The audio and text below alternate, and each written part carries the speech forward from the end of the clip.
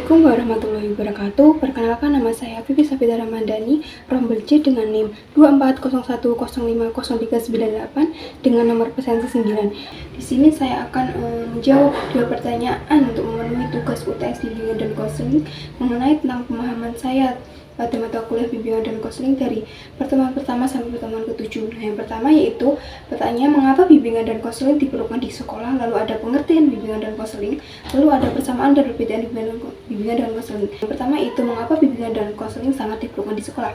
Nah, bimbingan dan konseling merupakan bagian penting dalam sistem pendidikan yang berfungsi untuk membantu peserta didik dalam mengembangkan potensi diri secara optimal baik dari segi akademik, sosial, pribadi maupun karir.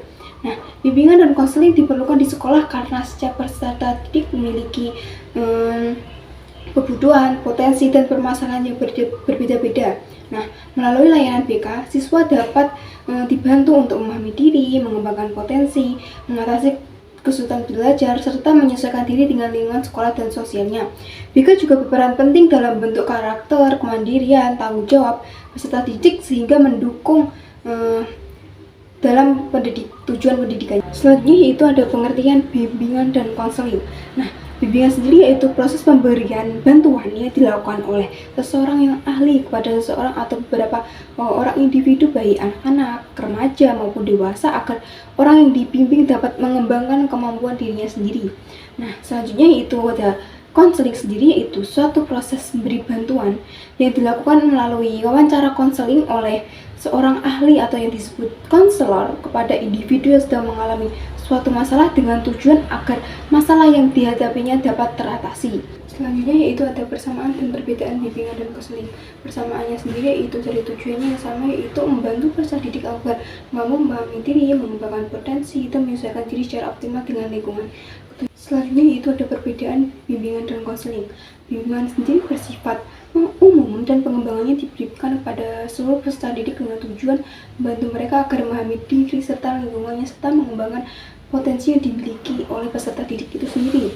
Sementara konseling sendiri bersifat lebih mendalam, individual, dan ditujukan untuk membantu peserta didik yang menghadapi permasalahan tertentu agar mampu menemukan solusi dan membuat keputusannya cepat. Nah, bimbingan dapat dilakukan oleh guru kelas atau wali kelas, sedangkan konseling hanya dilakukan oleh orang yang ahli atau konselor atau guru BK yang memiliki kompetensi khusus dalam bidangnya. Selanjutnya itu ada tujuan bimbingan dan konseling. Tujuannya sendiri itu membantu peserta didik mencapai perkembangan diri yang optimal baik dari aspek pribadi, sosial, belajar maupun karir. Selain itu juga BK juga bertujuan untuk membantu peserta didik mengatasi berbagai hambatan dalam proses pembelajaran, menyesuaikan diri dalam lingkungan sekolah dan masyarakat, serta mempersiapkan diri untuk kehidupan di masa depan. Selanjutnya yaitu ada fungsi bimbingan dan konseling. Yang pertama yaitu ada fungsi pemahaman, yang dimana fungsi bimbingan dan konseling membantu konselor agar memiliki pemahaman terhadap dirinya dan lingkungannya. Nah, yang kedua ada fungsi preventif, yaitu fungsi yang berkaitan dengan upaya konselor untuk senantiasa mengantisipasi berbagai masalah yang mungkin akan terjadi dan berupaya untuk mencegahnya supaya tidak akan terjadi lagi oleh siswa yang lainnya. Yang ketiga yaitu fungsi pengembangan, yang dimana mengembangkan seluruh potensi yang dimiliki konseling secara optimal. Konselor senantiasa berupaya untuk menciptakan lingkungan belajar yang kondusif yang memfasilitasi perkembangan konseling. Nah, yang keempat yaitu ada fungsi penyembuhan, yaitu berkaitan dengan upaya pemberian bantuan kepada konseling yang telah mengalami masalah baik menyangkut aspek pribadi, sosial, belajar maupun karir. Yang keenam yaitu ada fungsi penyaluran, yang dimana yaitu fungsi bimbingan dan konseling dalam membantu konselor memilih kegiatan ekstrakurikuler atau minat yang diminati oleh konseling tersebut. Lalu yang terakhir yaitu fungsi pemeliharaan, yaitu fungsi bimbingan dan konseling yang untuk membantu konseling supaya dapat menjaga diri dan mempertahankan situasi kondusif yang tercipta dalam dirinya. Ini yaitu ada prinsip-prinsip bimbingan dan konseling, yaitu yang pertama yaitu prinsip yang berkenaan dengan sasaran pelayanan bimbingan dan konseling, yang dimana bimbingan dan konseling melayani semua individu tanpa memandang umur, jenis kelamin, suku, bahasa, agama, ataupun status sosial ekonomi yang lainnya. Yang kedua yaitu prinsip-prinsip yang berkenaan dengan masalah individu, yang dimana bimbingan dan konseling berurusan dengan hal-hal yang menyangkut pengaruh kondisi mental atau fisik individu terhadap penyelesaian dirinya di rumah, di sekolah, serta dalam kaitannya dengan kontak sosial dan pekerjaan. Ketiga yaitu ada prinsip-prinsip yang berkenaan dengan program layanan, yang dimana bimbingan dan konseling merupakan bagian integral dari upaya pendidikan dan pengembangan individu. Oleh karena itu, program bimbingan dan konseling harus disesuaikan dan dipadukan dengan program pendidikan serta pengembangan peserta didik. Yang terakhir yaitu prinsip-prinsip yang berkenaan dengan tujuan dan pelaksanaan, yang dimana pelayanan bimbingan dan konseling harus diarahkan untuk pengembangan individu yang mampu membimbing diri sendiri dan dalam menghadapi permasalahannya. Selanjutnya yaitu ada landasan bimbingan dan konseling. Pertama yaitu landasan filosofis yang dimana memberikan arahan dan memahami hakikat manusia, khususnya anak usia di sekolah dasar. Yang kedua yaitu ada landasan psikologis yang berperan penting karena membantu guru maupun konselor memahami perilaku peserta didik sebagai sasaran layanan kedudukan bimbingan dan konseling. Yang ketiga yaitu ada landasan pedagogis, yang dimana pendidikan di sekolah dasar tidak hanya berfungsi sebagai proses transfer ilmu pengetahuan saja, tapi juga sebagai upaya untuk membentuk pribadi anak agar berkembang secara utuh sesuai dengan potensi yang dimilikinya. Yang keempat yaitu ada landasan yuridis, yang dimana di sekolah dasar berkaitan erat dengan berbagai peraturan dan perundangan yang berlaku di Indonesia mengenai penyelenggaraan layanan bimbingan dan konseling. Selanjutnya yaitu 3 wilayah atau bidang dalam penyelenggaraan pendidikan formal dalam bimbingan dan konseling. Nah, 3 bidang tersebut adalah bidang administratif dan kepemimpinan, yang dimana berkaitan dengan pengelolaan kepemimpinan dan administrasi, termasuk supervisi, evaluasi, pengembangan staf, perencanaan, dan serta pengorganisasian. Yang kedua ada bidang instruksional dan kurikulum, yang dimana kurikulum berfokus pada kegiatan pengajaran yang bertujuan untuk memberikan pengetahuan, sikap, dan keterampilan pada peserta didik. Yang terakhir yaitu bidang pembinaan siswa atau bimbingan dan konseling, yang bertugas memberikan layanan bimbingan secara individual kepada peserta didik agar mereka dapat mengembangkan orientasi sesuai bakat dan minat dan potensi mereka masing-masing. Selanjutnya yaitu ada asas-asas bimbingan dan konseling. Nah, di sini saya akan menyebutkan 4 asas-asas bimbingan dan konseling. Yang pertama yaitu asas kerahasiaan, yang dimana dalam segala bentuk informasi yang berkaitan dengan konseling wajib dijaga dan dengan penuh tanggung jawab oleh konselor. Tersebut tidak boleh disebarluaskan kepada pihak lain tanpa alasan yang sah. Guru BK wajib untuk melindungi setiap keterangan yang diperoleh selama proses layanan. Yang kedua yaitu ada asas kesukarelaan, yang dimana pelaksanaan bimbingan dan konseling harus didasari atas kemauan sendiri, baik dari konselor maupun konseling. Jadi tidak ada paksaan di antara kedua tersebut. Konseling menyampaikan permasalahan secara sukarela tanpa adanya paksaan dari pihak manapun. Yang ketiga yaitu ada asas keterbukaan. Nah, dalam proses bimbingan, konseling diharapkan mampu bersikap jujur dan terbuka, baik ketika menyampaikan informasi tentang dirinya maupun saat menerima masukan dari konselor. Nah, di sisi lain, konselor juga perlu menciptakan suasana yang mendukung agar keterbukaan tersebut dapat berkembang, sehingga konseling tidak merasa kayak terpojokkan. Kemudian yang terakhir yaitu ada asas kemandirian, yang dimana tujuan akhir dari layanan konseling sendiri adalah terbentuknya pribadi konseling yang mandiri. Setelah mendapatkan bimbingan, diharapkan konseling tidak lagi bergantung pada orang lain dalam menghadapi masalah, melainkan mampu mengambil keputusannya secara sendiri. Selanjutnya yaitu ada orientasi bimbingan dan konseling. Nah, orientasi bimbingan dan konseling sendiri menjadi fokus utama dari layanan BK dalam membantu peserta didik mencapai perkembangan diri yang optimal. Yang pertama yaitu ada orientasi perkembangan, yaitu yang menekankan upaya membantu semua siswa agar dapat berkembang secara menyeluruh baik dalam bidang pribadi, sosial, belajar, dan karir. Selanjutnya yaitu ada orientasi pencegahan, yang dimana bertujuan untuk menghindarkan siswa dari munculnya masalah-masalah baru yang ada dengan cara menanamkan nilai-nilai positif dan keterampilan hidup.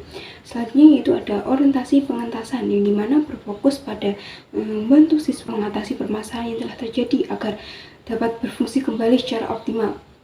Nah, selanjutnya yaitu ada kedudukan bimbingan dan konseling. Nah, kedudukan bimbingan dan konseling ini di sekolah merupakan bagian penting dalam sistem pendidikan, bukan hanya sekedar kegiatan tambahan atau terpisah dari proses pembelajaran.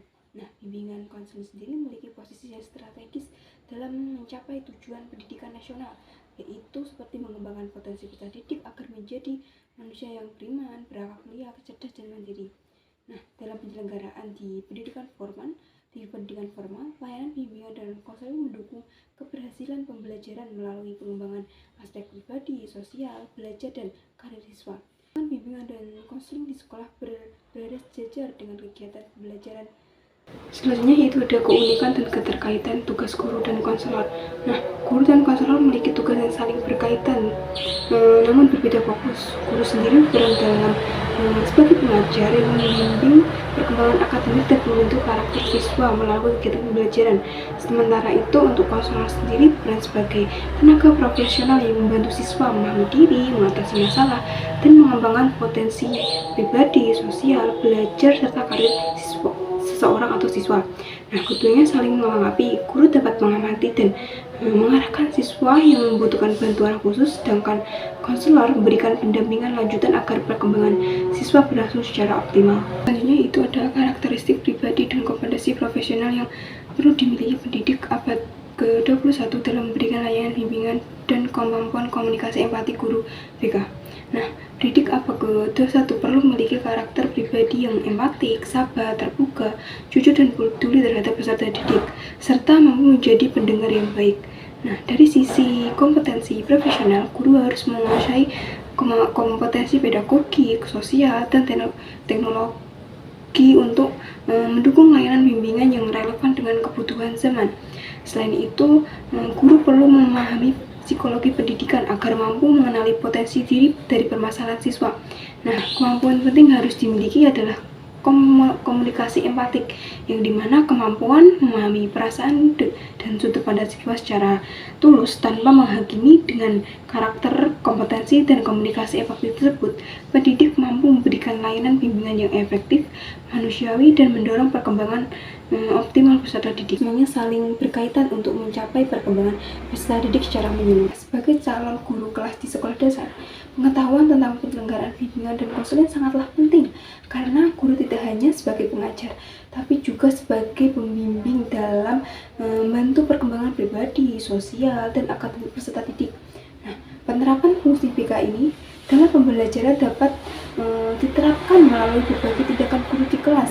Melalui misalnya pada fungsi pemahaman, guru berusaha untuk mengenali karakter potensi dan kesulitan belajar pada setiap siswa agar dapat memberikan pendekatan yang tepat. Misalnya ketika seorang siswa tampak kurang bersemangat belajar, guru dapat mencari masalah yang terjadi, penyebab yang terjadi dengan cara yang empatik. Misalnya tanya kepada menghampiri siswa tersebut dan menanyakan keadaan kamu kenapa, atau bisa semacam gitu. Selanjutnya ada fungsi pencegahan yang dapat diterapkan dengan menanamkan nilai-nilai positif seperti disiplin, tanggung jawab, dan saling menghargai, sehingga dapat mencegah munculnya perilaku negatif di lingkungan sekolah. Sementara itu ada fungsi pengentasan atau dilakukan ketika siswa menghadapi masalah pribadi atau belajar. Guru dapat membantu memberikan solusi atau bekerja sama dengan guru BK untuk menanganinya. Selanjutnya ada fungsi pengembangan yang dapat diterapkan dengan memberikan motivasi, dapat berupa penghargaan pada siswa agar dapat mengembangkan potensi diri secara optimal. Selanjutnya dari segi orientasi, guru kelas dapat menerapkan orientasi perkembangan, orientasi pencegahan, dan pengentasan. Orientasi perkembangan dapat dilakukan dengan memfasilitasi pertumbuhan siswa secara menyeluruh, baik dalam aspek akademik, sosial, emosional, maupun moral. Nah, guru juga dapat menerapkan orientasi pencegahan dengan menciptakan suasana kelas yang nyaman, aman, dan kondusif agar siswa terhindar dari permasalahan belajar maupun perilaku. Bila ada siswa yang menghadapi kesulitan, Guru dapat melakukan orientasi pengentasan melalui bimbingan personal yang bersifat mendukung dan tidak menghakimi siswa tersebut. Dalam pelaksanaannya, guru juga harus memegang asas-asas bimbingan dan konseling seperti asas kerahasiaan, keterbukaan, kesukarelaan, dan kemandirian. Nah, guru harus dapat menjaga kerahasiaan masalah siswa agar mereka merasa aman dan merasa dipercaya, lalu membuka ruang komunikasi agar siswa berani bercerita serta tidak memaksa siswa untuk mengungkapkan hal-hal yang belum siap untuk dibicarakan.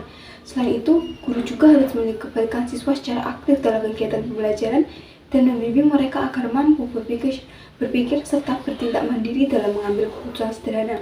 Nah, dengan menerapkan fungsi, orientasi, dan asas-asas bimbingan dan konseling, guru kelas dapat menciptakan lingkungan belajar yang harmonis dan mendukung pengembangan peserta didik secara utuh, baik dari aspek intelektual, sosial, emosional, maupun moral.